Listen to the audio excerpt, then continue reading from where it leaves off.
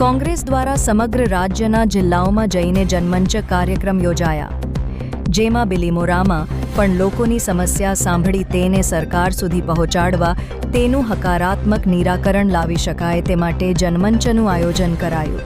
વિધાનસભાના વિપક્ષી નેતા શ્રી અમિત ચાવડાજીના અધ્યક્ષ સ્થાને જનમંચનું આયોજન કરાયું, જેમાં વાસદા ધારાસભ્ય શ્રી અનંત પટેલ, કોંગ્રેસ નવસારી જિલ્લા પ્રમુખ શૈલેષ પટેલ અને નવસારી જિલ્લાના કોંગ્રેસના વિવિધ ક્ષેત્રોના પ્રમુખ, આગેવાનો તેમજ કાર્યકર્તાઓ સાથે ગણદેવી તાલુકાની જનતાની ઉપસ્થિતિ જોવા મળી. જનમંચમાં ગણદેવી તાલુકા વાંસદાના લોકોએ સમસ્યારૂપ પ્રશ્નોની ઝડી વરસાવી હતી, જેમાં બિલીમોરાના દુરસ્ત રસ્તાઓથી લઈને જનતા ભોગવી રહેલી સમસ્યાઓ જનતા દ્વારા વિપક્ષ નેતા સમક્ષ મૂકવામાં આવી.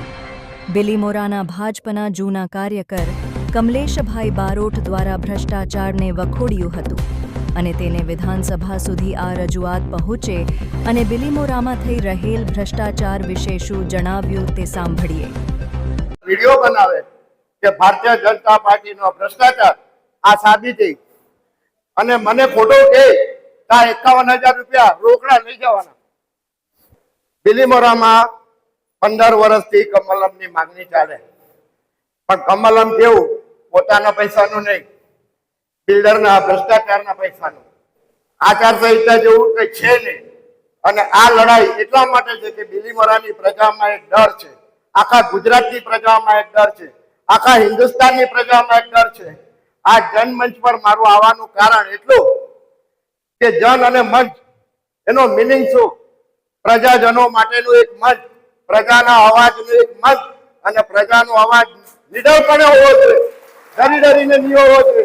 જ્યાં મરણ થયું હોય ત્યાંથી દાખલો મળે. બિલીમોરા ભ્રષ્ટાચાર પાર્ટી મરણનો દાખલો કાશ્મીરમાં મરેલી વ્યક્તિને બિલીમોરા નગરપાલિકા 15 મહિના 12 મહિના પછી આપે.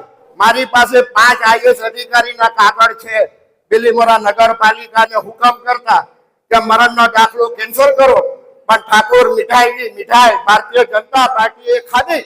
વિપક્ષ નેતા શ્રી અમિત ચાવડાએ જણાવ્યું કે કેવી રીતે તેમણે રજૂઆત કરીને કર્મચારીઓના અટકેલા પગારને ઉપર રજૂઆત કરીને તાત્કાલિક ધોરણે તેમને હકારાત્મક નિરાકરણ લાવી આપ્યું, જેથી પ્રજાએ તેમના પર વિશ્વાસ મૂક્યો અને કોંગ્રેસ સાથે જોડાયા, જેમનું સન્માન કરાયું. તેમજ બિલીમોરાના કોંગ્રેસના નવા પ્રમુખ પદ રાહુલ ઈંટવાલાને અપાયું. વિપક્ષ નેતા દ્વારા જનમત કરી નિરાકરણ લાવવાની હૈયા ધરપત આપી.